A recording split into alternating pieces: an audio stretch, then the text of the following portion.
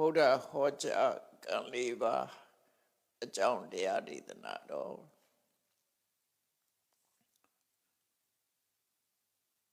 မြတ်စွာဘုရားဟာကမ္မဝါဒီကရိယာဝါဒီဘုရားမှန်သမျှကံတရားနဲ့ပတ်သက်ပြီးဟောပြောတယ်ကံတရားရှိတယ်လို့ဟောပြောတယ်ကံတရားဆိုတာ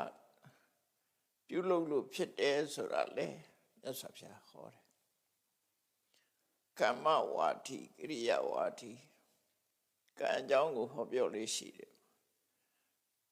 အဲ့တော့လောကမှာကံကိုညှင်းပယ်တဲ့ဝါဒတွေအားရှိသေးတယ်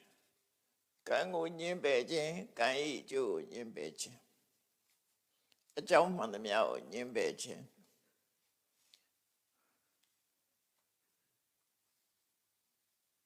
လူဘဝရလာတဲ့ပုဂ္ဂိုလ်တွေဟာအတွေးခေါ်အမျိုးမျိုးဘာသာယူဝါဒမျိုးမျိုးရှုံချမှုအမျိုးမျိုးနဲ့ဘဝခရီးကိုဖြတ်သန်းနေကြတာဖြစ်တယ်ထူးဆန်းတဲ့အတွေးခေါ်တွေနဲ့မိမိတို့ယုံကြည်ရကိုပြုလုပ်လို့ရှိတာလူတွေရဲ့သဘာဝပဲဖြစ်တယ်ဘာသာတရားဆိုပြီးတော့လိုက်နာကျင့်သုံးမှုကအမှန်မှမျိုးစုံတယ်မကြားဘူးတဲ့အရာတွေလည်းပဲလောကမှာရှိအောင်ပါပဲယုံကြည်ခြင်းနဲ့ပြုလုပ်နေကြတာမိမိတို့ယုံကြည်ခြင်းနဲ့ပြုလုပ်နေတဲ့အရာခတ်သိမ်းဟာကောင်းကျိုးဆိုးကျိုးနှမျိုးတွေနဲ့ကောင်းကျိုးကိုရနိုင်သလားဆိုတော့အများကကောင်းကျိုးချမ်းသာကိုရဖို့မတမခရဲနေလှုပ်ဆောင်မှုတွေအမျိုးမျိုးရှိတယ်ပေါ့နော်လူတွေရဲ့ယင်ထဲမှာရှိတဲ့ကိရိတာအညစ်အကြေးတွေကိုစင်ကြယ်ဖို့အတွက်အတွေးခေါ်မျိုးမျိုးနဲ့ခန္ဓာကိုယ်ရေချိုးတန်းစင်မဲ့ဆိုရင်အဲ့ဒီမကောင်းတဲ့အကုသိုလ်တွေကတန်းရှင်းသွားစေနိုင်တယ်လွတ်မြောက်နိုင်တယ်လို့ယုံကြည်ပြီးတော့အေးပြီဆိုတဲ့ဆောင်ရသည်ကြီးမှာဒီနေ့၃ချိန်ရေချိုးတဲ့ပုဂ္ဂိုလ်လည်းရှိတယ်ဒါသူရဲ့ယုံကြည်ချက်ကညမှာဖြစ်တဲ့အကုသိုလ်တွေကိုမနေ့ကျတော့ရေထဲမှာမျောပစ်တယ်ဆိုတဲ့အယူဆနဲ့ဥဒကသုတ်တိရှည်နဲ့တန်းစင်ဆေးကြောခြင်းအပြင်သူတဏ္ဍမှာရှိတဲ့အကုသိုလ်တွေညစ်ကြေးတွေပျောက်ကင်းတယ်လို့ယုံကြည်တယ်လည်းလှုပ်ဆောင်ကြခဏခေတ်ထီအောင်အဲ့ဒီယုံကြည်မှုတွေဘာသာတွေရှိနေသေးတယ်ဥရကသုတ်တိကဘာသာလို့ပြောလို့ရတယ်ရှည်နဲ့တန်းစင်ဆေးကြောတယ်ဘာသာအဲ့လိုမျိုးလို့ပဲအချင်းမျိုးဆိုလူတွေဟာတီထွင်ပြီးတော့ရှုံကြည်ခြင်းနဲ့လိုက်နာကျင့်သုံးနေကြတာဖြစ်တယ်ထို့သောလှုပ်ဆောင်ခြင်းဟာဘာကြောင့်လဲလို့အဖြေထုတ်မယ်ဆိုလို့ရှိရင်တော့လူတွေရဲ့တဏ္ဍမှာရှိတဲ့တကယ်အညစ်အကြေးဆိုတာဘာလဲထိုအညစ်အကြေးကိုတန့်ရှင်းအောင်ဘယ်လိုလုပ်ရမလဲဘယ်အရာတွေကတန့်ရှင်းနိုင်တယ်လဲဆိုတာတွေအမှန်မသိလို့ဖြစ်နေတာပဲဖြစ်တယ်တော့ကမှအမှန်မသိတဲ့အခါမှာအမှန်မသိဘူးဆိုတာအမှားသိနေတယ်အမှားသိနေတဲ့အတိုင်းလိုက်နာကျင့်သုံးတော့ဘာသာတရားမျိုးစုံကိုယုံကြည်ရလိုက်နာပြီးတော့နေကြတယ်ကောင်းကျိုးချမ်းသာဖြစ်ထွန်းဖို့ဆိုတာအမှန်တမ်းခဲရင်တယ်လို့ဆိုရမှာဖြစ်တယ်ပေါ့ဘာသာဝါဒအယူဆတွေကလည်းအလွန်များတယ်မြတ်စွာဘုရားလက်ထက်ကတည်း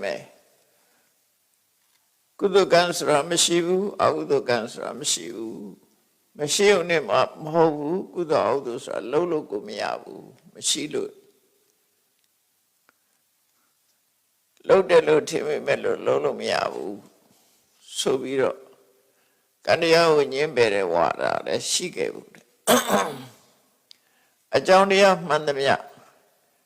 ကောင်းစားခြင်းအပြစ်ဖြစ်ခြင်းလူတယောက်ဟာကောင်းကျိုးဆိုးကျိုးရခြင်းမှာဘာအကြောင်းတရားမှမရှိဘူးသူဖြစ်ခြင်းလို့ဖြစ်တာလို့ ဒီလိုယူဝါဒယူတဲ့ပုဂ္ဂိုလ်လည်းရှိတယ်ဘယ်ရပဲဖြစ်ဖြစ်လက်ရှိအနေအထားတစ်ခုကုံဆုံးသွားလို့ရှိရင်နောက်ထပ်ဖြစ်ဖို့မရှိဘူးလို့ဥစ္စေတာယူဝါဒယူတာလည်းရှိတယ်အေးဘဝဆိုတာတစ်ခါပဲနောက်ထပ်မရှိဘူးနောက်တစ်ခါလောကမှာထာဝရမြဲတယ်ဆိုတာခုနှစ်မျိုးပဲရှိတယ်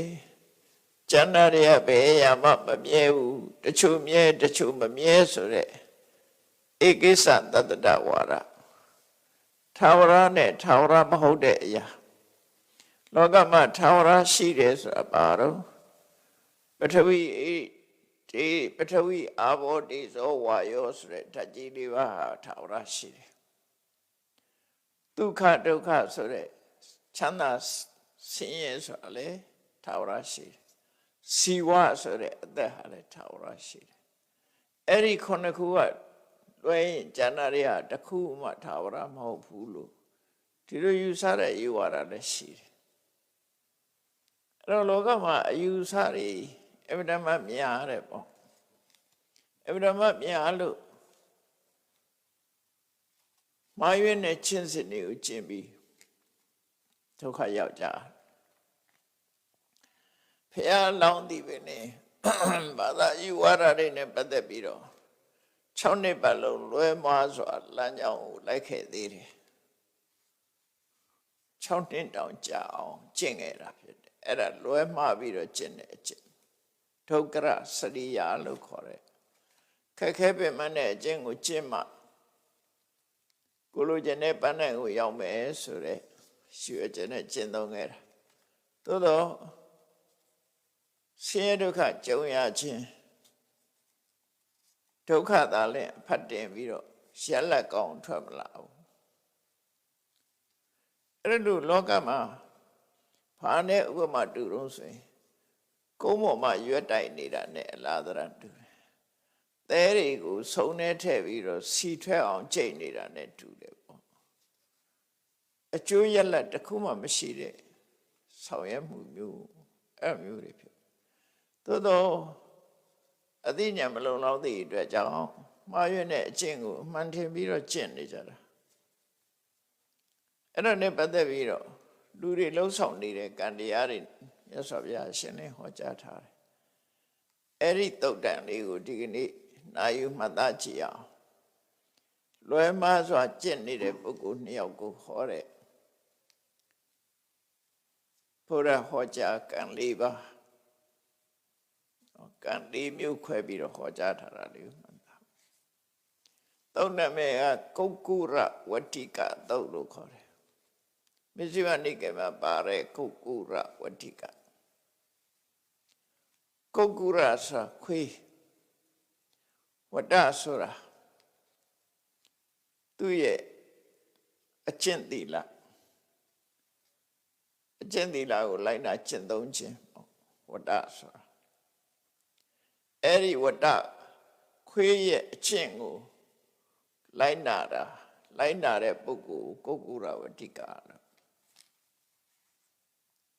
အဲ့တော့တိရစ္ဆာန်တွေကောင်ရဲ့အကျင့်ကိုတန်ဖိုးထားနေတဲ့သဘောဖြစ်တယ်ပေါ့နော်အဲ့ဒါနဲ့ပတ်သက်ပြီးတော့ပုဂ္ဂိုလ်2ဦးမြတ်စွာဘုရားကကောလိယတိုင်းဟလိဒ္ဓဝတ္တနဆိုတဲ့ဏိဂုံးရွာကြီးမှာသတင်းသုံးနေတယ်ကောလိယတိုင်းကဟလိဒ္ဓဝတ္တနဟလိဒ္ဓဝတ္တနဆိုတာ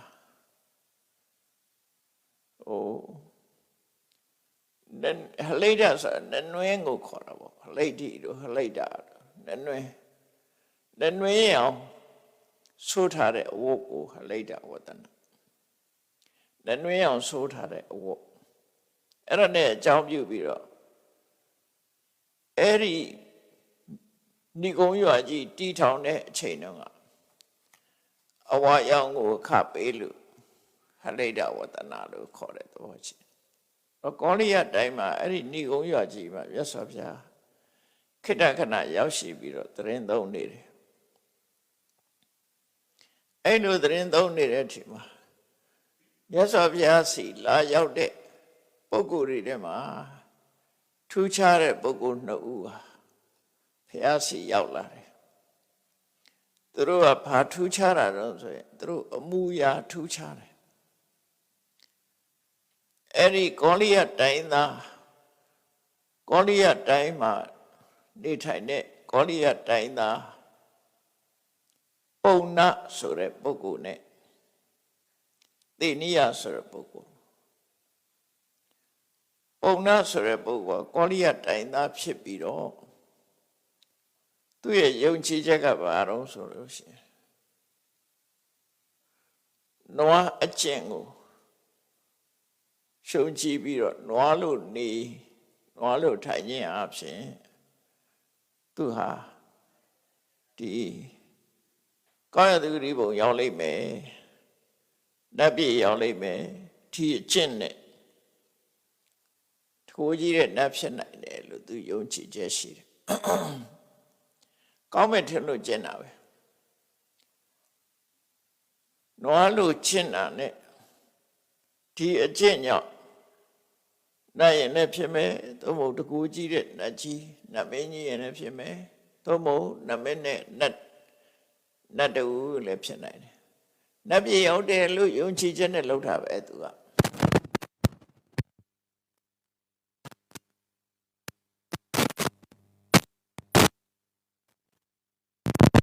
ကြည်မှုကတော့တော်တော်ထူးဆန်းတဲ့အကျင့်တစ်ခုပဲเนาะသူနဲ့မိတ်ဆွေတယောက်ကတော့အစေလကဘာသာဝင်အဝမို့တဲ့ခိုင်ပေါ့ဝလိစလစ်နေတဲ့ခိုင်ဒီကနေ့ခေတ်မှာလည်းအဲ့ဒါတွေရှိတယ်နေကက်တယ်နော်အဝမို့တဲ့လူတွေရှိတယ်သူကအဲ့ဒီလိုပဲအဝမို့တဲ့ပုဂ္ဂိုလ်သူနာမည်ကတော့သေနိယလို့ခေါ်တယ်သူတို့ကမိတ်ဆွေနှစ်ဦးအကျင့်ကြတော့ဘာကျင့်အောင်ဆိုရင်ခွေးအကျင့်ကိုစောင့်တည်ထားတာတသလုံးခွေးလို့နေမယ်ခွေးလို့စားမယ်ခွေးလို့သွားမယ်ခွေးလို့အိပ်မယ်ခွေးအမှုရာတွေအားလုံးကိုသူကလက်ခံကျင့်တော့တယ်သူရွေးချက်ကလည်းပဲခွေးလို့ကျင့်လို့ပြည့်ပြည့်စုံစုံကျင့်နိုင်လို့ရှိရင်တကိုးကြီးတဲ့နတ်ကြီးဖြစ်နိုင်တယ်လို့အဲ့လိုလွဲမှားစွာယုံကြည်မှုတွေနဲ့သူတို့ဟာကျင့်တာနှစ်ပေါင်းများစွာကျင့်လာတယ်မြတ်စွာဘုရားစီသူတို့တန်ငယ်ချင်းနှစ်ဦးဘုရားစီရောက်လာကြတယ်ရောက်လာတဲ့အခါမှာဒီ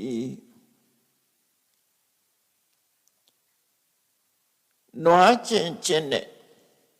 ပုံနာကမြတ်စွာဘုရားကိုတရုတ်တသိရှိခိုးပြီးတဏှာမှာထိုင်နေတယ်သူကတော့လူလိုနေတဲ့သဘောရှိတယ်အဲ့ဒီချိန်ဘုရားကိုရှိခိုးတယ်ရှိခိုးပြီးတော့တဏှာမှာထိုင်တယ်သို့တော့ဝလိစလစ်နေတဲ့ခွေးလိုကျင့်တဲ့သေနိယကတော့သို့မြတ်စွာဘုရားစီရောက်လာတဲ့အခါမှာရှင်ကြီးကြီးမြတ်စွာဘုရားကိုနှုတ်ဆက်စကားပြောတယ်အဲ့ဒီချိန်ဒီမှတော့သူကခွေးလိုတော့မဟုတ်တော့ခွေးကစကားမှမပြောတတ်တာနော်အဲ့ဒီကျတော့ခွေးကျင့်ခဏထားပြီးတော့လူလိုနှုတ်ဆက်စကားပြောတယ်ပြောပြီးတဲ့အခါမှာစကားပြောပြီးတဲ့အခါမှာသူ့အမှုရာပြောင်းသွားတယ်လူလိုမနေတော့ဘူးဘုရားရှိခိုးခွေးလိုဝတ်နော်ခွေးပုံစံခွေးအမှုရာမျိုးနဲ့ရသော်ဘုရားရှိခိုးဒီလေးဘက်တွင်ပြီးတော့ဘုရားရှိခိုးဝတ်နေခွေးဝတ်တယ်လို့ဝတ်နေအဲ့ဒီမှာ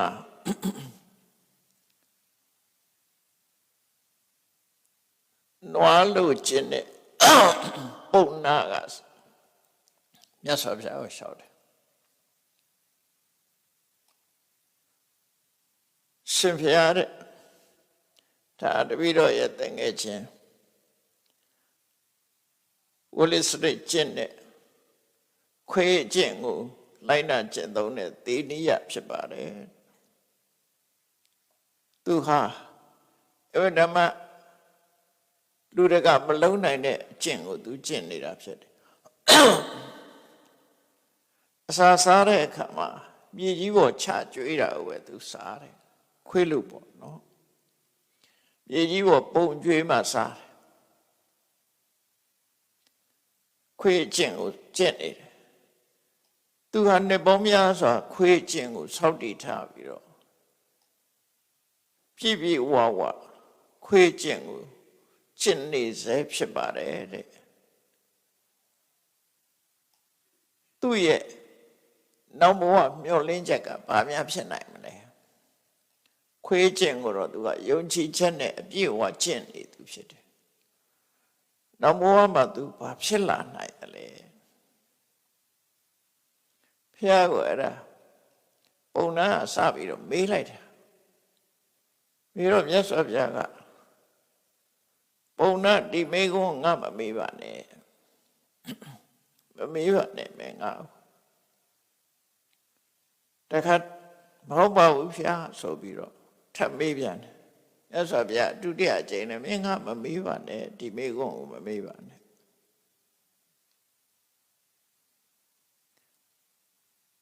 တတိယအကြိမ်တခါထပ်ပြီးတော့လျှောက်ပြန်တယ်အဲ့ဒီအချိန်မှာလဲသူကထပ်မေးပြန်တယ်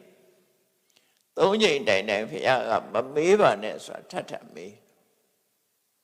မေးတော့မြတ်စွာဘုရားပြောတော့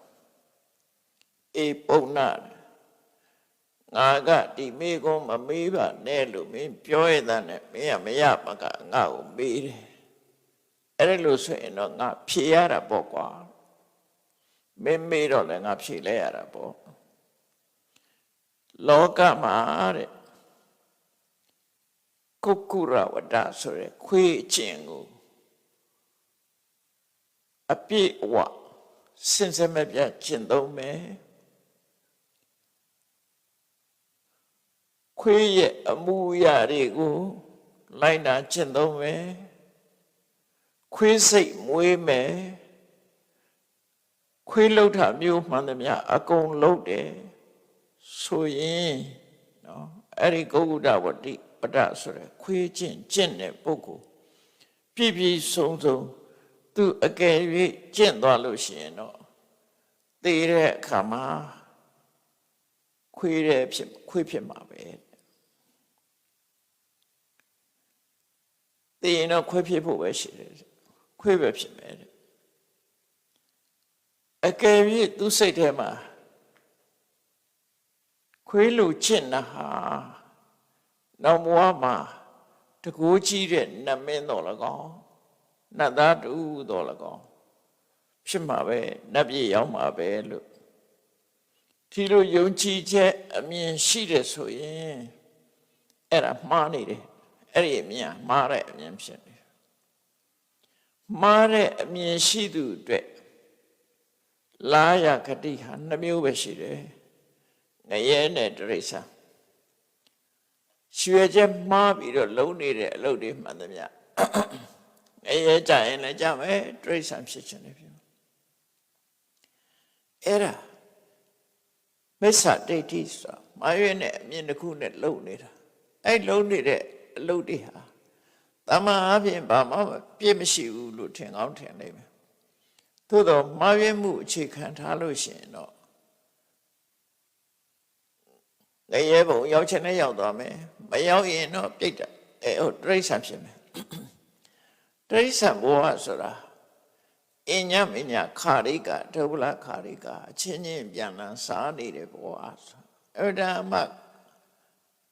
ကာကွယ်မှုကင်းမဲ့နေတဲ့ဘဝတစ်ခုလူတွေကလည်းနှိမ့်ဆက်တယ်အချင်းချင်းလည်းနှိမ့်ဆက်တယ်တိရစ္ဆာန်ဆိုတာလည်းမျိုးပေါင်းကအမတမများတယ်အဲ့ဒါကိုဒီမိစ္ဆာဒိဋ္ဌိမှားရွေးတဲ့အမြင်ရှိနေပြီဆိုလို့ရှိရင်တော့လာယခတိဟာဒီနှမျိုးတွေကတစ်ခုခုပဲဖြစ်နိုင်တယ်နော်ပုံနာငါပြောလိုက်မယ်ခွေးကျင့်ကိုကျင့်မယ်ဆိုလို့ပြပြဝဝ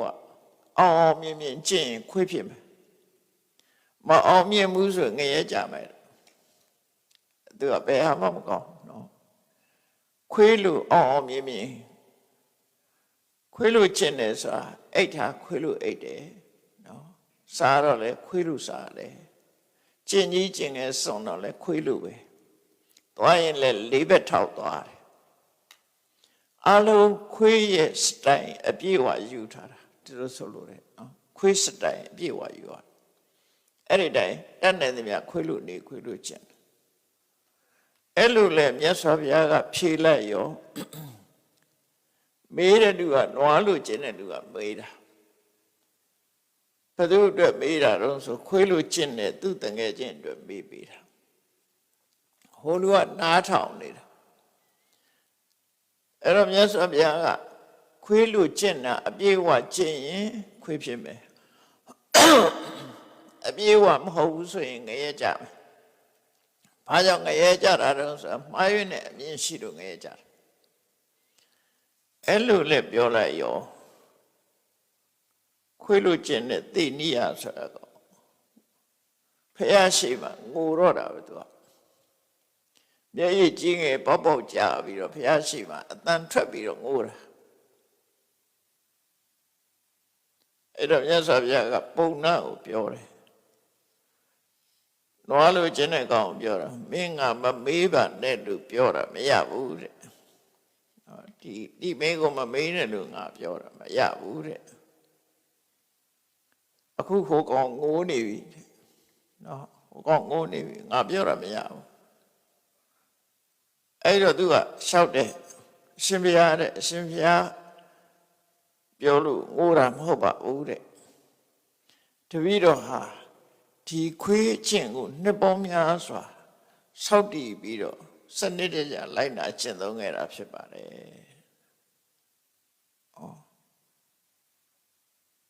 ဒါလို့စနစ်တကျလိုက်နာကျင့်သုံးပြီးနှစ်ပေါင်းများစွာလှုပ်ထားတဲ့ဟာက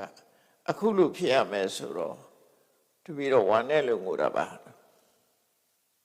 ရှင်ဘုရားပြောလို့ငိုတာမဟုတ်ပါဘူးဆိုပြီးတော့ तू ကနွားလို့ကျင့်တဲ့ပုံနာအတွက်မိကုံးမိပြန်တယ်အရှင်ဘုရားဒါတပည့်တော်တန်ခဲ့ခြင်းပုံနာပါ तू ကနွားလို့ကျင့်တာနဲ့သူလည်းပဲနွားကျင့်ကိုနှစ်ပေါင်းများစွာစောင့်တည်ထားတယ်နွားလို့ကျင့်နေတာခုမှမဟုတ်နှစ်ပေါင်းများစွာကျင့်တာအဲ့တော့သူ့ရဲ့လာရဂတိရောဘာဖြစ်မလဲဆိုတော့မြတ်စွာဘုရားသေနိယမင်းဒီမေကုန်းကိုထားလိုက်ငါ့ကိုမမေးနဲ့မဟုတ်ပါဘူးဗျာပေးပြစေပါဒုတိယအချိန်မြတ်စွာဘုရားကမမေးပါနဲ့ဆိုမေးပြန်တတိယအချိန်ထိအောင်မြတ်စွာဘုရားတားမြစ်တော်လဲသူကဆက်ပြီးတော့မေးတယ်နွားကျင့်ကိုပြပြဝကျင့်သူဘာဖြစ်မှလဲဆိုတော့မြတ်စွာဘုရားကဲမင်းကိုငါမေးပါနဲ့လို့အချိန်ချင်းတားရတဲ့နဲ့မင်းကမေးပြန်ပြီအဲ့တော့ငါပြောမှာပေါ့ကွာလောကမှာတဲ့သေနိယနွားကျင့်ကိုပြည့်ပြည့်စုံစုံစင်ဆက်မပြတ်နော်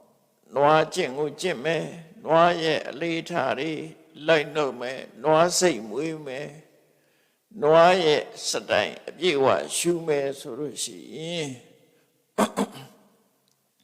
သူကသေရင်နွားပဲဖြစ်မှာသေရင်နွားဖြစ်မှာလေအကယ်၍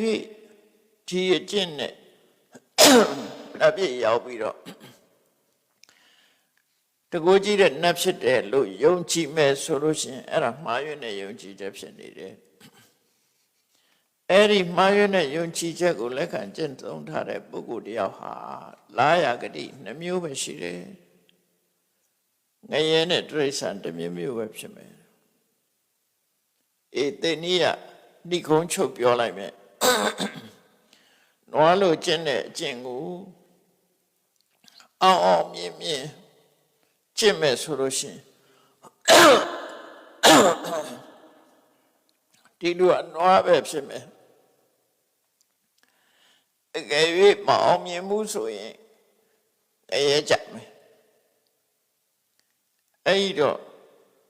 ပုံနာဆိုတဲ့နွားလို့ကျင့်တဲ့အကောင်ကလည်းငိုပြန်ရောနော်ငိုတော့မြတ်စွာဘုရားသေနိယပြောတာ မင်းလည်းငါပြောတာပဲမမေးပါနဲ့လို့ဆိုကောင်းငိုပြန်ပြီပေါ့ဆိုတော့ရှင်ဘုရားပြောလို့ငိုတာမဟုတ်ပါဘူးတဲ့တပည့်တော်နှစ်ပေါင်းများစွာနွားကျင့်ကိုကျင့်လာခဲ့တာအဲ့ဒါအတွက်ရှုကြုံမရလို့ငိုတာပါလို့ဆိုပြီးတော့သူကဘာလျှောက်တော့တပည့်တော်အရှင်ဘုရားပေါ်မှာယုံကြည်ပါတယ်တဲ့တပည့်တော်ကျင့်တဲ့နော်နွားကျင့်ကိုပယ်ဖြတ်နိုင်လောက်အောင်တပည့်တော်နွားကျင့်ခဲ့တဲ့ပုဂ္ဂိုလ်ဖြစ်တယ်အဲ့ဒီနွားကျင့်ကိုစွန့်လွတ်နိုင်အောင်ရှင်ဘုရားတပည့်တော်ကိုရှင်ပြနိုင်လိမ့်မယ်လို့တပည့်တော်ယုံကြည်ပါတယ်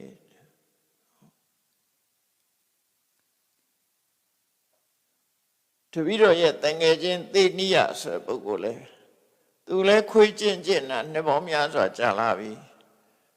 ရှင်ဘုရားကရှင်းပြလို့ရှင်လေသူလဲခွေးကျင့်ကိုစွန့်ပယ်နိုင်လိမ့်မယ်လို့ယုံကြည်ပါတယ်လို့သူတို့နှစ်ယောက်စလုံးဒီအကျင့်တွေကိုစွန့်လွတ်နိုင်လောက်အောင်ရသော်ဗျာကိုယုံကြည်ပါတယ်တရားဟောပေးပါ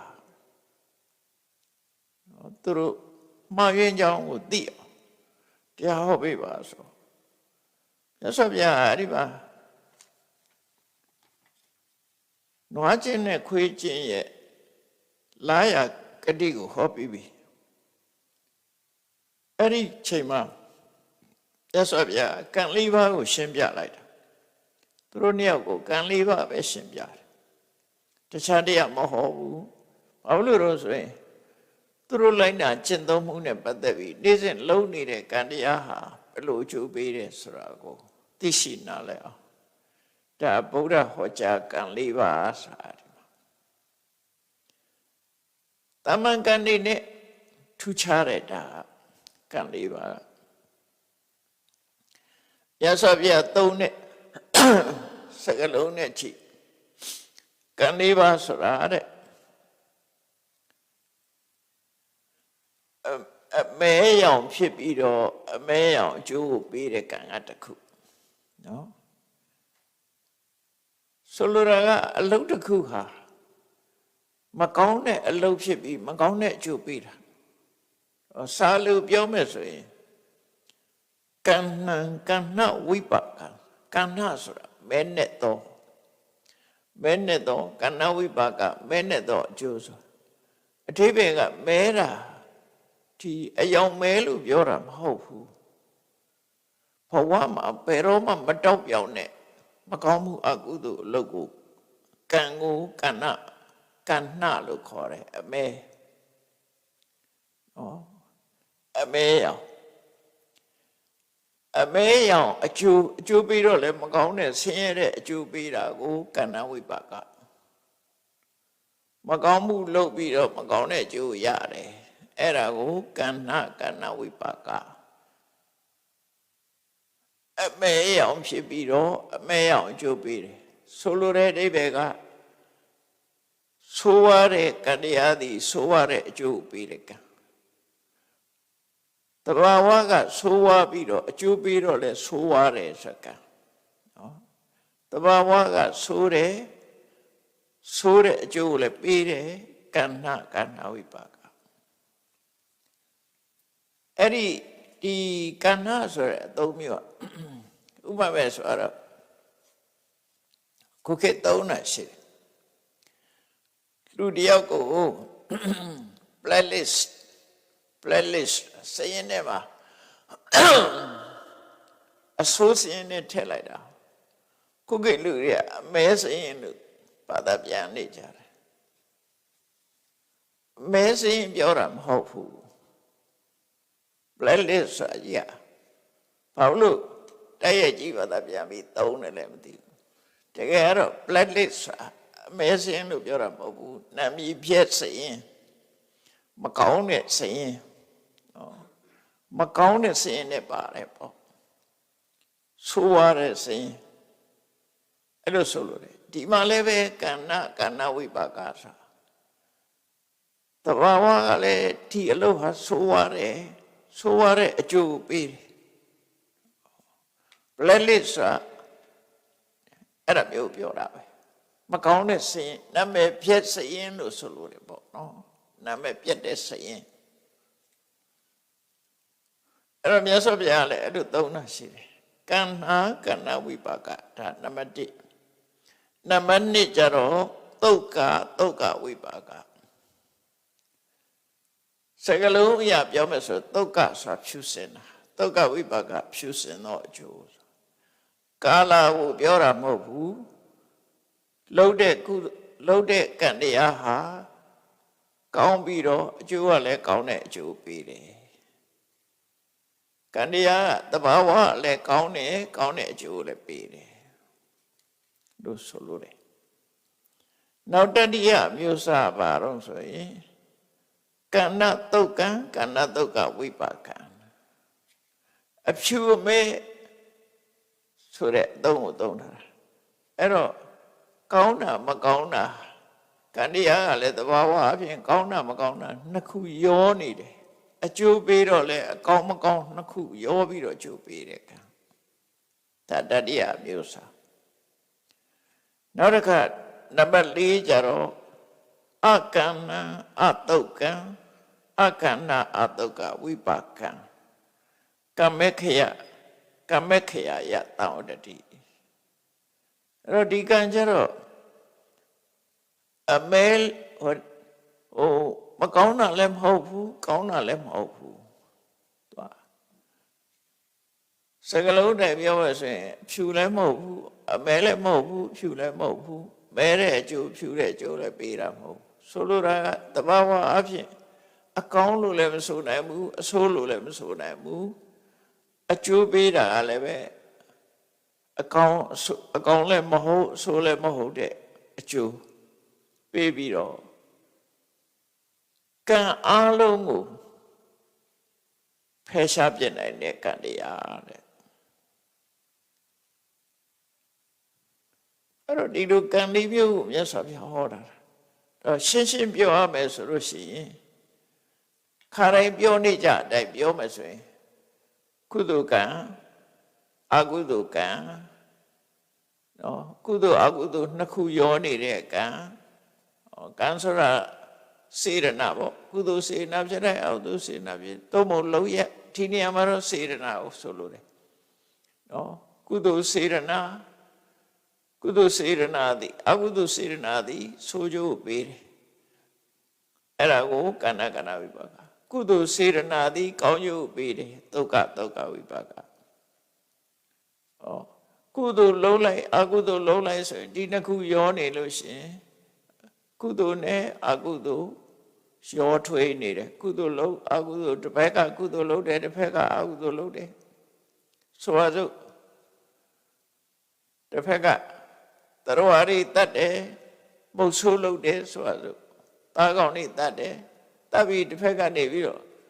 အဲ့ဒီတတ်တာတဲ့အသားနဲ့ဆွမ်းလှူတယ်ဆွမ်းကတ်တယ်ဆွမ်းလောင်းတယ်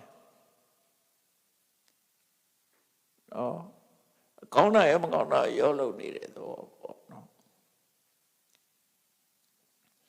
အဲ့ဒါလို့ကုသိုလ်လည်းလုပ်တယ်အကုသိုလ်လည်းလုပ်တယ်အကျိုးပေးတော့လဲကုသိုလ်ကလည်းအကျိုးပေးမယ်အကုသိုလ်လည်းအကျိုးပေးမယ်အဲ့ဒါကိုအကဏ္ဍအတုတ်ကဏ္ဍသုတ်ကဝိပါကလို့ပြောတာအဖြူမဲရောနေတယ်နောက်တတိယစရုဋ္ဌအမျိုးအစားကြတော့အမဲလည်းမဟုတ်ဘူးဖြူလည်းမဟုတ်ဘူးဆိုတာကုသိုလ်လည်းမဟုတ်ဘူးအကုသိုလ်လည်းမဟုတ်ဘူး။ဘာကြောင့်မဟုတ်ကုသိုလ်အကုသိုလ်မဟုတ်ဘူးဆိုတာကံဟုတ်ပါအောင်မလားလဲဆိုတော့ကံတော့ကံပဲ။နော်ကုသိုလ်လည်းမဟုတ်ဘူးအကုသိုလ်လည်းမဟုတ်ဘူးဒါပေမဲ့ကံအဲ့ဒီကံသည်ကောင်းကျိုးလည်းမပေးဘူးဆိုးကျိုးလည်းမပေးဘူးကံတွေကိုဖျက်သိမ်းပစ်တယ်ဒီလိုကံတရား၄မျိုးဟောတာအဲ့တော့ရှင်းပြောလိုက်လို့ရှိရင်ပထမကအကုသိုလ်ကံဒုတိယကုသိုလ်ကံတတိယကုသိုလ်အကုသိုလ်ရောနေတဲ့ကံစတုဋ္ဌကြတော့မက်စိတ်နဲ့ရှင်တဲ့စေရနာမက်ကုသိုလ်ကံကိုပြောတာမက်ကုသိုလ်ကံသည်ကံတရားတွေကိုအလုံးဖြတ်သိမ်းပြတယ်ဘာကြောင့်ကံကိုဖြတ်သိမ်းတာတော့ဆိုကိရိတာကိုဖြတ်လိုက်တာကိလေသာကိုပယ်လိုက်သည့်အတွက်ကြောင့်ကံတရားတွေအကျိုးမပေးတော့အဲ့တော့ကံတရားကိုလည်းဖျက်သိမ်းပြတယ်ပေါ့ကမ္မခယကံကိုကုံသွားစေတယ် အကျိုးပေးတာမဟုတ်တော့မဲ့ကုသိုလ်ကဒါကြောင့်မလို့မဲ့ကုသိုလ်ဆိုတာဒီဘဝပဲအကျိုးပေးတယ်နောက်ပရိသေရိဆိုတာမရှိဘူးဒါကြောင့်မို့အကျိုးမပေးဘူးလို့ပြောတာနော်ဘဝကိုဖြတ်သိမ့်ပြစ်လိုက်တယ်ဖြတ်သိမ့်ပြစ်လိုက်တော့သူကအဆိုးလည်းမဟုတ်ဘူးကောင်းလည်းမဟုတ်ဘူးသို့တော့ဘဝဆိုတာမရှိတော့ကံတရားဆိုတာမရှိတော့ဘူးလို့အဲ့လိုမြတ်စွာဘုရားဒီမှာကဏ္ဍဒုက္ခဆိုတဲ့စကားလုံးတွေကိုသုံးချပြီးတော့ကံလေးမျိုးဟောတယ်တဲ့ဒီပုံနာဆိုတဲ့ခွေးလိုကျင့်တဲ့နွားလိုကျင့်တဲ့ကောင်နော်ဒီလိုဟောတာနွားလိုကျင့်တဲ့ကောင်ခေါင်းတက်ပြီးတော့ဟောတာပေါ့လေသူတို့နှစ်ယောက်ကိုဟောလိုက်တာခွေးလိုကျင့်တဲ့ကောင်နဲ့နွားလိုကျင့်တဲ့ကောင်အဲ့ဒီမှာမြတ်စွာဘုရားကရှင်းပြတယ်ကဏ္ဍဝိပါကတဘာဝကိုကမကောင်းမဲနဲ့မကောင်းတဲ့အကျိုးပေးတယ်ဆိုပါလေလောကမှာတဲ့လူတယောက်ဟာဆင်းရဲဒုက္ခကိုဖြစ်စေတတ်တဲ့အကုသိုလ်မှုတွေအကုသိုလ်စေရနာတွေ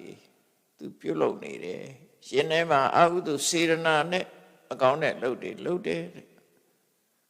ဆင်းရဲဒုက္ခကိုဖြစ်စေနိုင်တဲ့အပြောမျိုးတွေကိုပြောတယ်ဆင်းရဲဒုက္ခကိုဖြစ်စေနိုင်တဲ့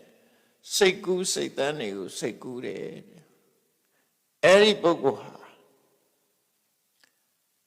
ဆင်းရဲစေတဲ့ကာယကံဝစီကံမနောခံတွေကိုဖြစ်စေသောကြောင့်အဲ့ဒီကံရဲ့အစွမ်းကြောင့်သူဟာဆင်းရဲတဲ့ဘဝကိုရောက်ရတယ်ဆင်းရဲတဲ့ပုံဘဝရောက်ပြီးတော့ဆင်းရဲတဲ့အတွေ့အကြုံတွေကိုသူတွေ့ကြုံရလိမ့်မယ်ဆင်းရဲတဲ့အတွေ့အကြုံတွေနဲ့တွေ့ကြုံရသည့်အတွက်ကြောင့်ဆင်းရဲတဲ့စိတ်ခံစားချက်တွေလုံးဝဒုက္ခသက်သက်ဖြစ်တဲ့စိတ်ခံစားချက်တွေကိုသူခံစားရလိမ့်မယ်တဲ့ဥပမာပါတော့ဆိုရင်ငရဲသားတ attva တွေလိုပဲအဲ့တော့ငရဲချစေတတ်တဲ့ကံကိုပထမကံလို့ပြောတဲ့သဘောပဲဒါနော်ငရဲချစေနိုင်တဲ့အကုသိုလ်ကံတွေကိုလုပ်တဲ့ပုဂ္ဂိုလ်ဟာကာဏဝိပါကကံလုပ်တယ်ဆင်းရဲဒုက္ခကိုဖြစ်စေနိုင်တဲ့အလုပ်တွေကိုလုပ်နေတယ်ပေါ့ဒုက္ခဆိုတဲ့အကျိုးပေးမှာအဲ့တော့ငရဲသားတ attva တွေငရဲရောက်မဲ့ပုဂ္ဂိုလ်တွေဒါကိုလုပ်နေတာဖြစ်တယ်လောကမှာကိုလှုပ်တဲ့ကံကြောင့်ဘဝမှာဘဝဆိုတာဖြစ်လာတာဖြစ်တယ်ဘူတာဘူတတဥပပတ္တိဘူတာဘူတတဥပပတ္တိတကယ်လှုပ်တဲ့အကုသိုလ်ကံလှုပ်လို့ရှိရင်အကုသိုလ်ကံကြောင့်ဘူတတအကုသိုလ်အကျိုးတွေဖြစ်လာတယ်အဲ့တော့ကံကိုလှုပ်တဲ့အတိုင်းပဲဖြစ်တယ်နော်ကိုလှုပ်တာမကောင်းဘူးလို့ရင်မကောင်းနဲ့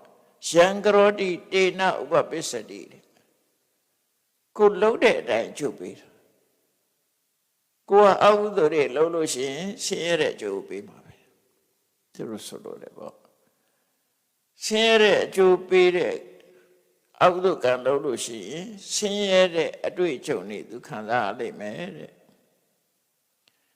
ဒါကြောင့်မို့လို့အတိအမြင်ပြောချင်တာကတော့ကမ္မထာယတာတတ္တာတရဝရီဟာကိုလို့တာကိုအမွေခံရလိမ့်မယ်ကိုကတစ်ဖက်သားဒုက္ခရောက်အောင်လုပ်လိုက်လို့ရှိရင်အဲ့ဒီဒုက္ခကိုအမွေခံရမှာပဲကိုလှုပ်တာကိုအမွေခံရမယ်ကိုလှုပ်တဲ့လုပ်ရက်ကိုပဲကိုရတယ်ကမ္မထာယတာကောင်းတာလုပ်ရင်ကောင်းတဲ့အမွေဆိုးတာလုပ်ရင်ဆိုးတဲ့အမွေဒါမှမဟုတ်သရဝါဆိုတာကမ္မတာတာကံရဲ့အမွေကိုခံယူကြရတာဖြစ်တယ်အယုဆိုးကြည်တဏ္ဍာလဲကံရဲ့အမွေခံတာချောမောလှပတာလဲကံရဲ့အမွေခံချမ်းသာကြွယ်ဝတာလဲကံရဲ့အမွေပဲဆင်းရဲမွဲတေတာလဲကံရဲ့ပညာနဲတာလဲကံရဲ့အမွေပဲပညာထက်မြက်တာလဲကံရဲ့ အသက်တူတာလည်းကံရဲ့အမွေပဲအသက်ရှည်တာလည်းကံရဲ့အမွေပဲကိုလှုပ်တာကိုရတယ်လို့ပြောတာဒါဗုဒ္ဓရဲ့ကမ္မဝါဒကိုလှုပ်တာကိုရတယ်ဒါပထမကံကိုရှင်းပြဒုတိယကံကြတော့ဆန့်ကျင်မဲ့ပဲဒုက္ခဝိပါကအဖြူရောင်အကျိုးဆိုတာတဘာဝအဖြစ်ကောင်းပြီးတော့ကောင်းကျိုးချမ်းသာကိုပေးတဲ့ကံမျိုးလောကမှာကာယကံဝစီကံမနောကံကိုလိုသမျှကံတရားတွေဟာဒုက္ခဖြစ်စေတတ်တဲ့ကံမျိုးမဟုတ်ပဲနဲ့ကောင်းကျိုးချမ်းသာကိုရစေနိုင်တဲ့ကာယကံဝစီကံမနောကံတွေကိုစိတ်ဆော်ပြီးတော့ပြုလုပ်တယ်တဲ့အဲ့ဒီလိုစိတ်ဆော်ပြုလုပ်သည့်အတွက်ကြောင့်ချမ်းသာဒုက္ခရှိတဲ့ဘုံမျိုးကိုသူဖြစ်ရတယ်အဲ့ဒီပုဂ္ဂိုလ်ဟာအဲ့ဒီအကျိုးပေးပြီဆိုရင်ချမ်းသာဒုက္ခရှိတဲ့ဘုံဥပမာမဲ့တဲ့နော်လုံးဝချမ်းသာတဲ့ဘုံမောဆိုတာသူပကိဏပြမဘုံလို့ပဲသူပကိဏပြမဘုံဆိုတာအမတမချောပေါ်လှပပြီးအယောင်ဝါရီတောက်ပနေတဲ့ပြမဘုံအဲ့ဒီလိုဆိုလိုတာကဒါသူပကိဏဘုံဆိုသမထကျင့်စဉ်ကျင့်ပြီးတော့ဆံရအောင်အားထုတ်တယ်ဒုတိယဆံတတိယဆံအဲ့ဒီအားထုတ်တဲ့ဆံကုသိုလ်တွေကိုရည်ညွှန်းပြီးတော့မြတ်စွာဘုရားပြောတာအဲ့ဒါကြတော့ကုသိုလ်တက်ပဲအာဟုသောမပါဘူးတဲ့အဲ့တော့အဲ့ဒီဘုံဘဝမှာသူ့ရဲ့အတွေ့အကြုံတွေကကောင်းတာတွေကြီးပဲတွေ့ကြုံမယ်နော်သူ့လောက်တာဘူတာဘူတတ္တဥပပတ္တိကိုလို့တဲ့ကံကြောင့်ကိုလို့တဲ့စစ်မှန်တဲ့အကျိုးတရားရတယ်ယံကရောတိတေနဥပပိစ္ဆတိကိုလှုပ်တာကြောင့်ကိုရတာကိုဖြစ်တာပဲတဲ့ဒါကြောင့်မို့ကမ္မထာတာတတ္တာကောင်းမွေဆိုးမွေဒီနေရာမှာကောင်းမွေတွေကိုသူခံရမယ်လို့မြတ်စွာဘုရားရှင်းပြတယ်နောက်တတိယမျိုးစားနဲ့ပတ်သက်ပြီးတော့လောကအချို့ပုဂ္ဂိုလ်တွေဟာကုသိုလ်လုံးလိုက်အကုသိုလ်လုံးလိုက်ကာယကံမြောက်ကုသိုလ်တွေလည်းလုပ်တယ်အကုသိုလ်လည်းလုပ်တယ်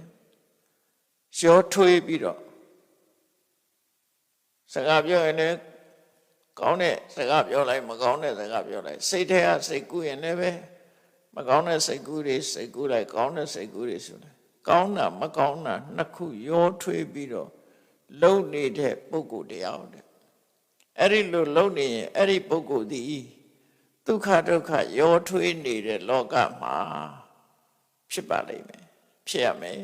အဲ့ကျရင်ဒုက္ခဒုက္ခအတွေ့အကြုံနှမျိုးစလုံးတွေ့ကြုံလိမ့်မယ်ဒုက္ခနဲ့လည်းတွေ့မယ်ဒုက္ခနဲ့လည်းတွေ့မယ်ဒုက္ခဒုက္ခနဲ့တွေ့ရင်စိတ်ခံစားချက်တွေကလည်းဒုက္ခဆိုတာဖြစ်မယ်ဒုက္ခဆိုတာလည်းတွေ့ကြုံဝေါကိဏဒုက္ခဒုက္ခချမ်းသာဆင်းရဲရောထွေးနေတာအဲ့ဒီပုဂ္ဂိုလ်မျိုးဖြစ်တယ်ဥပမာဘသူတွေနဲ့တူတော့လူသားတွေလူပြေကလူတွေဟာချမ်းသာကြီးမရနိုင်ဘူးနော်ဒုက္ခတလဲဒုက္ခတလဲကိုလုခဲ့တဲ့ကံကချမ်းသာဒုက္ခနဲ့ဆင်းရဲဒုက္ခရောထွေးနေတာဒါကြောင့်လူဘဝရောက်လာရင်နေကောင်းတဲ့အခါရှိတယ်နေမကောင်းတဲ့အခါရှိတယ်ဒုက္ခရောက်တဲ့အခါရှိတယ်ပျော်ရွှင်ရတဲ့အခါရှိအဲ့လိုချမ်းသာဆင်းရဲအမျိုးစုံကြုံတွေ့နေရတယ်လူဘဝမှာမြတ်စွာဘုရားတော့မလွတ်ဘူးလူဘဝမှာအေးစစ်စစ်မရှိဘူးနော်မကောင်းတာနဲ့လည်းတွေ့တာပဲကောင်းတာနဲ့လည်းတွေ့တာမျိုးစုံတွေ့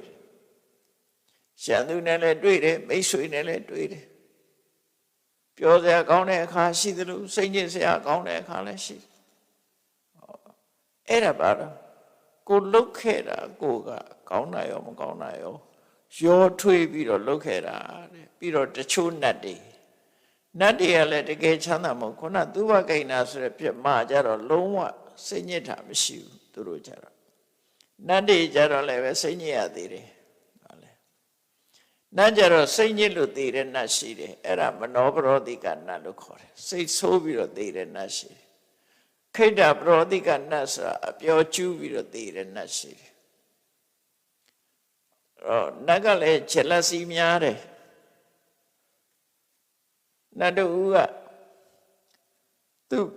သူ့ရဲ့အချမ်းရံနေနဲ့ယထာစီးပြီးဥယျာဉ်ထွက်လာလို့ရှိရင်အဲ့ဒါကိုမြင်တဲ့တခြားနတ်ကဒီကောင်ကကြွဆောင်နေဆိုပြီးတော့မနာလို့ဖြစ်လာမနာလို့ဖြစ်တာအဲ့ဒီရှေ့သွားတဲ့နတ်ကိုနောက်ကလိုက်တဲ့နတ်ကမနာလို့ဖြစ်တော့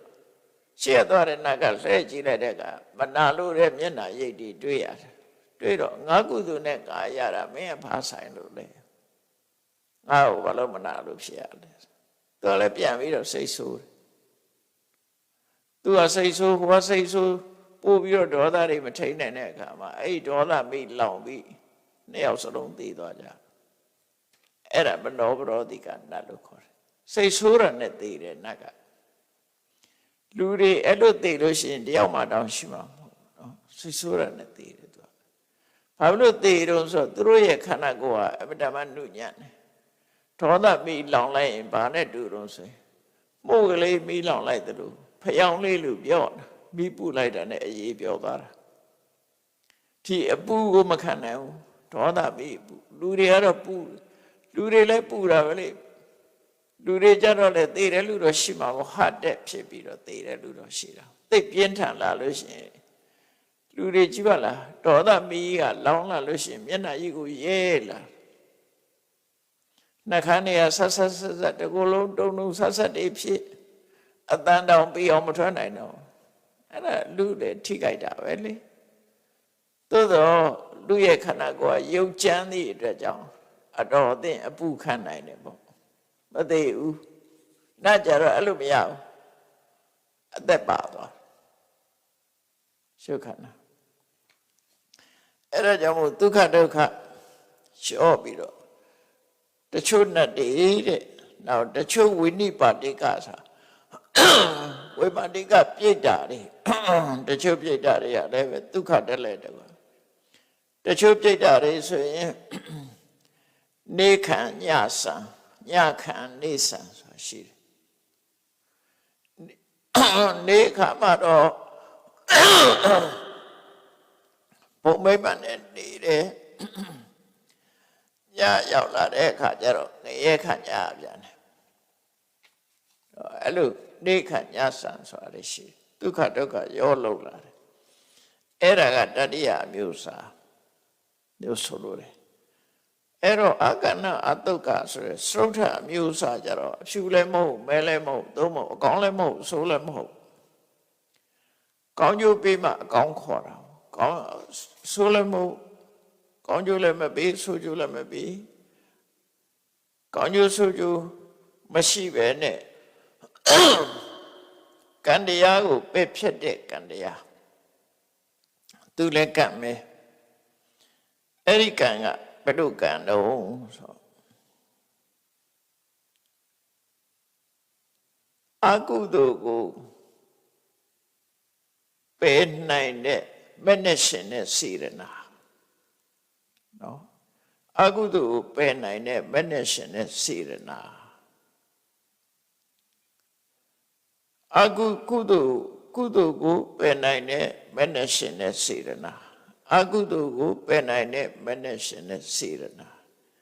အဲ့ဒီစေရနာမျိုးကိုအကဏအတုက္ခဝိပါကအဖြူလည်းမဟုတ်မဲလည်းမဟုတ်ကောင်းလည်းမဟုတ်ဆိုးလည်းမဟုတ်လှုပ်ထားတဲ့ကံတွေကုသိုလ်ကိုလည်းဖယ်တယ်အကုသိုလ်လည်းဖယ်တယ်ကုသိုလ်နဲ့အကုသိုလ်ဆိုတာအကုသိုလ်ကိုဖယ်လိုက်လို့ရှိရင်ကုသိုလ်ဆိုတာလည်းမဖြစ်တော့ဘူးသူကဘာဖြစ်လို့တော့ဆိုလို့ရှိရင်အလင်းနဲ့အမှောင်လိုပဲလေ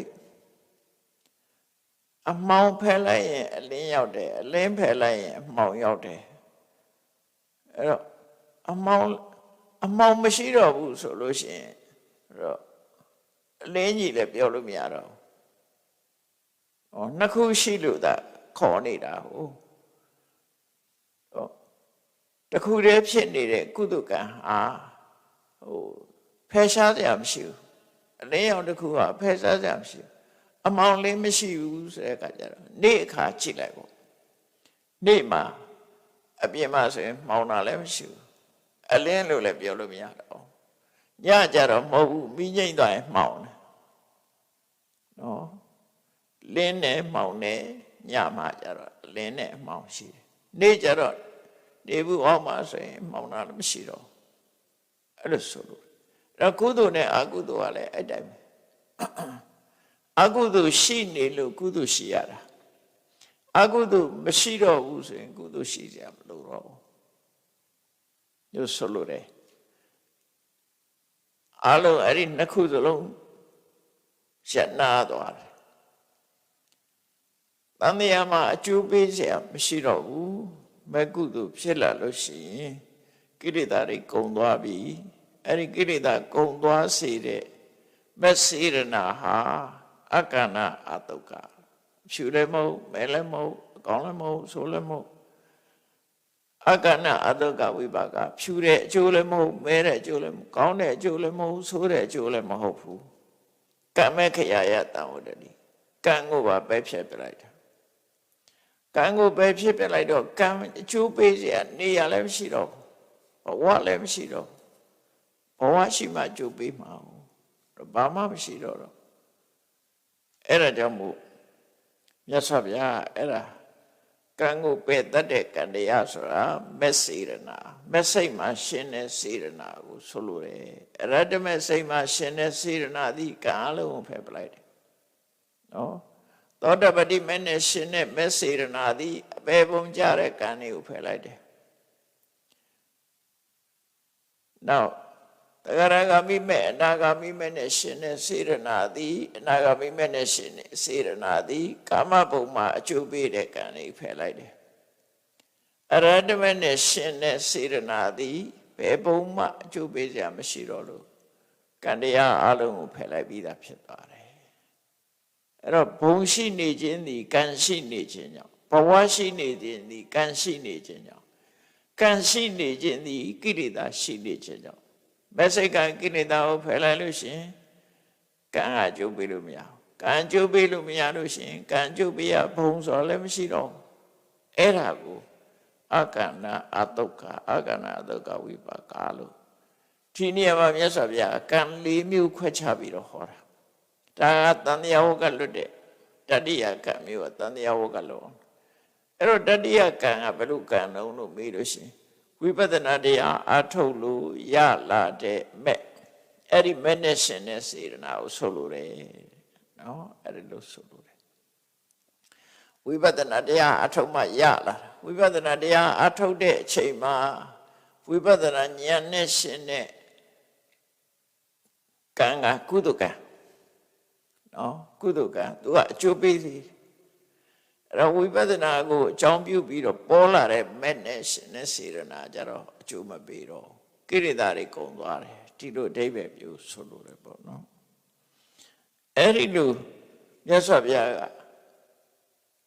ဒီဘဝတစ်ခုကလွတ်မြောက်ဖို့ဆိုတာအခုလိုအဖြူလည်းမဟုတ်မဲလည်းမဟုတ်နော်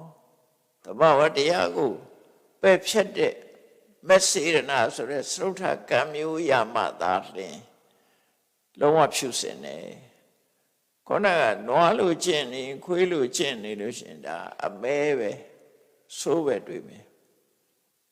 မကောင်းတဲ့လူရကမကောင်းတဲ့အကျိုးပဲပေးမှာပဲဆိုတာကိုမြတ်စွာဘုရား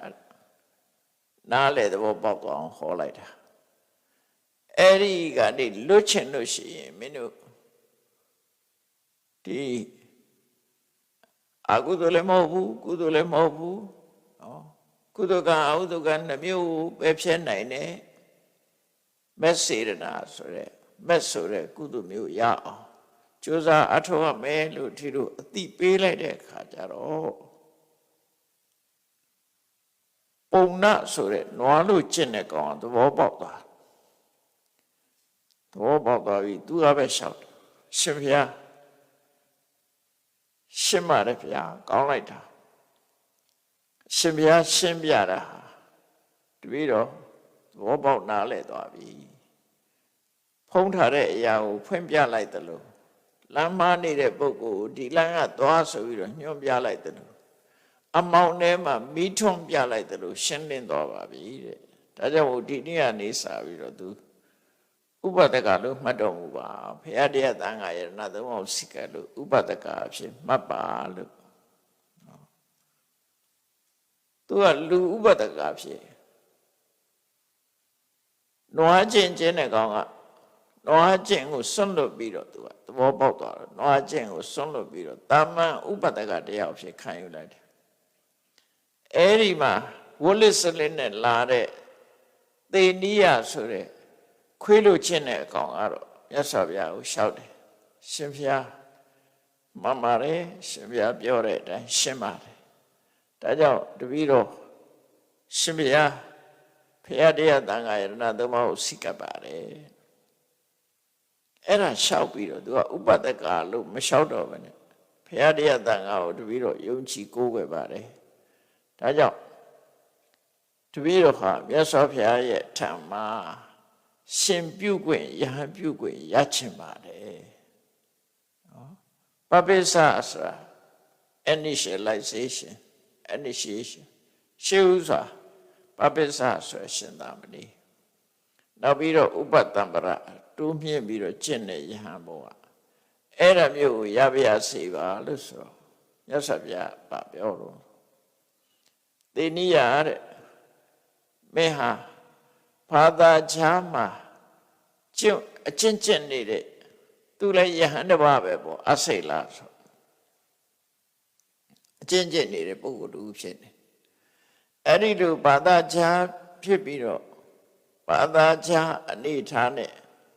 ဒီသာသနာမှာဝင်ပြီးတော့ယဟန်ခံခြင်းနဲ့ဆိုရင်ချက်ချင်းယဟန်ခံလို့မရဘူးတဲ့4 လမင်းလိုက်တာကျင့်သုံးမှုပြရမယ်4 လကျင့်သုံးရမယ်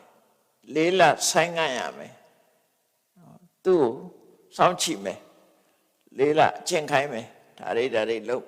ဆိုပြီးတော့သူ့4 လ training ပေးဦးမယ်နော်4 လ training ပေးပြီးတော့မှ4 လကုန်တဲ့အခါမှာယဟန်တွေကစိတ်တိုင်းကြပြီဆိုတော့မှယဟန်ကပေးမယ်ယဟန်ဖြစ်ဖို့ရစိတ်တိုင်းကြပြီဆိုမှဒါပေမဲ့လို့တဲ့ဒီကိစ္စမှာပုဂ္ဂိုလ်တဦးနဲ့တူအရေးချင်းမတူဘူးဆိုတာတော့ငါနားလဲတယ်တရားသိဥပဒေမဟုတ်ဘူးမြတ်စွာဘုရားဆိုလိုတာကမင်းဟာစိတ်ဓာတ်ဘလောက်ထက်သန်တယ်လဲထက်သန်မှုမရှိဘူးလားဆိုတာအဲ့ဒီပုဂ္ဂိုလ်တဦးနဲ့တူမတူတာကိုငါထည့်သွင်းပြီးစဉ်းစားတယ်အဲ့တော့စိတ်ဓာတ်ဒါထက်သန်နေတဲ့ပုဂ္ဂိုလ်ကြတော့4 လဆိုင်เสียမလို့ဘူးစိတ်ဓာတ်မထက်သန်တဲ့ပုဂ္ဂိုလ်4 လဆိုင်ရမယ်သူကစောင့်ကြည့်မယ်အဲ့တော့ဗမာပြည်မှာဒါနဲ့ပတ်သက်ပြီးပြောမယ်ဆိုရင်တော့ဒီဘာသာကြားနဲ့တော့မဆိုင်ဘူးပေါ့နော်ဗမာပြည်မှာဘုန်းကြီးဝတ်ချင်အခုဝတ်ချင်တဲ့ဆိုအခုဝတ်လို့ရတယ်နော်ဘုန်းကြီးဝတ်တဲ့ပုဂ္ဂိုလ်လူလာပြီးတော့ရှောက်ရင်အခုပဲဒုံလဘရဟန်ခံလို့ရကိုရီးယားတို့ဘာလို့မဟာယာနတွေကြတော့အဲ့လိုဝတ်ချင်တယ်ဝတ်လို့မရဘူးသူတို့နော်ဘုန်းကြီးဝတ်ချင်တယ်ကိုရီးယားဘုန်းကြီးဝတ်တဲ့ဆိုရင်ကိုရင်ဘဝနဲ့4 နှစ် training ယူရတဲ့သူ4 နှစ်နော်4 နှစ်ပြည့်ပြီဆိုမှသူ့ကိုယဟန်ခံပေးတာချက်ချင်းယဟန်ခံမပေးဘူးသူတို့မဟာယာနဂိုင်းနေကြတယ်ထေရဝါဒဂိုင်းကတော့လာခဲ့โอเคကောင်းရိပ်ချက်ချင်းဝတ်ပေးလိုက်တယ်ဒါထေရဝါဒဂိုင်းမဟာယာနဂိုင်းကြတော့လာ4 နှစ်သင်တန်းတဲ့4 နှစ်ပြည့်လို့ရှိရင်သူက training ယူတဲ့ထဲမှာဘာတော့ဆိုရင်စီကံကျက်တစ်ခုကဘာတော့ဆိုရင်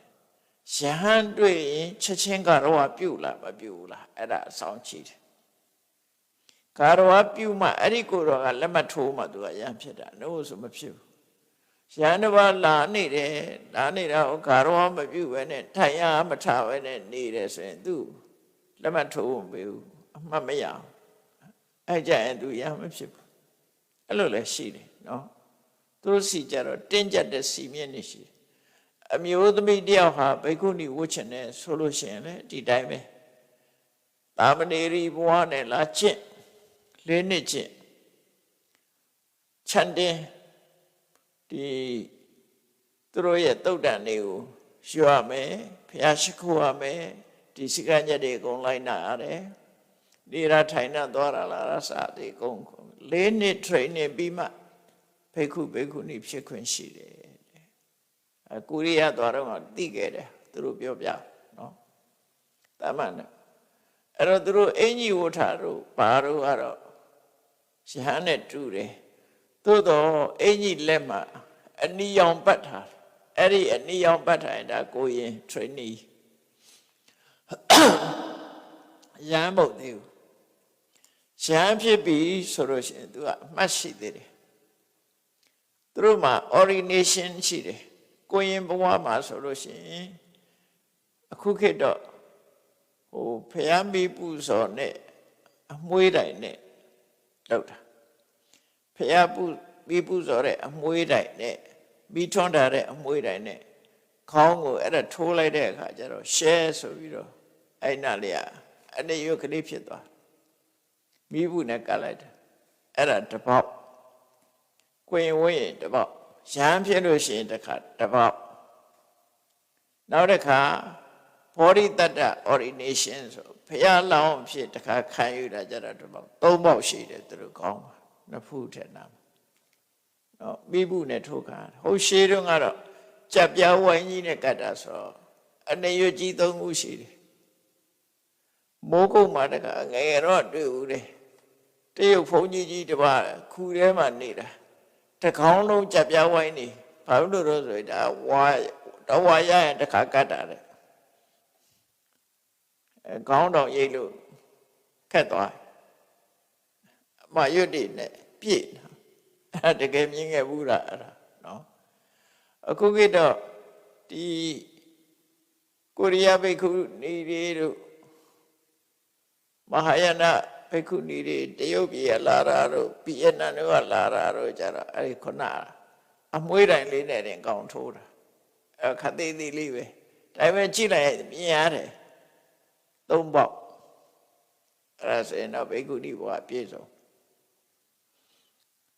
အဲ့တော့အမျိုးမျိုးပဲယုံကြည်ချက်တွေကအဲ့တော့သူ့ကိုမြတ်စွာဘုရားကစိတ်အားထက်သန်တာကိုချီးပြီးတော့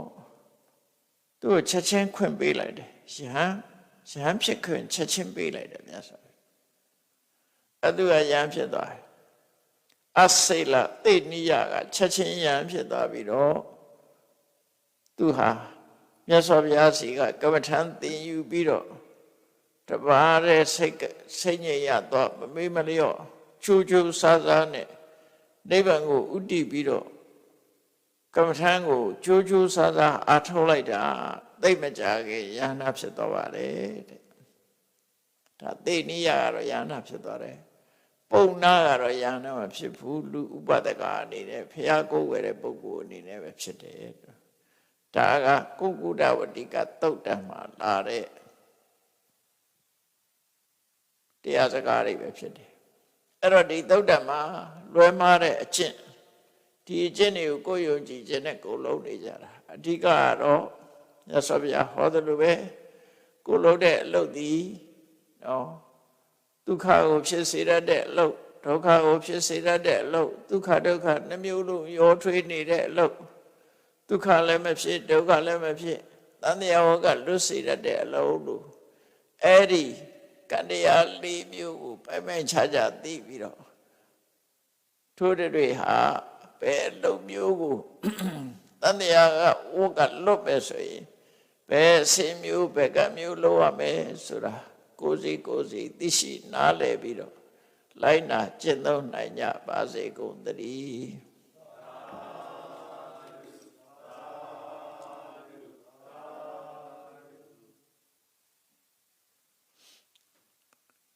ရှိတဲ့ချာအရှင်ဖေယဖေယတပည့်တော်တို့သည်ဓမ္မအတိညာ ရရှိမှသာလျှင်နိဗ္ဗာန်ချမ်းသာကိုရမောပြုနိုင်ပါသောကြောင့်ဓမ္မအသိဉာဏ်ရရှိစေရန်ရှိတန်ကြလျက်ဓမ္မသဘင်ဆင်ခြင်ပါပြုလုပ်ကြ၍အမတဒါနဓမ္မဒါနတရားအလှတော်ကိုပေးလူကြပါကုန်၏တရားတော်မြတ်ကိုယုတိလေးမြတ်စွာမမတ်သားသာအာယုန်ထားလျက်နာကြားကြပါကုန်၏တရားတော်မြတ်ကိုတတ္တဗဝတ္ထုအစုစုတို့ဖြင့်ပူဇော်ကြပါကုန်၏ယနေ့ယခုအာထုတ်ပြုလို့ရသောဤကောင်းမှုဤကုသိုလ်စုစုသည်နိဗ္ဗာန်ချမ်းသာ၏အကြောင်းထောက်ပံ့ဖြစ်ပါစေတည်းဤကောင်းမှု၏ဖို့ဘာကကိုအမိအဖအဖို့အဖွားဆွေမျိုးညာတိတို့အားကုသိုလ်အမြတ်ဝေငှပါကုန်၏31ဘုံရှင်ဒီကုန်သောလုံးစုံ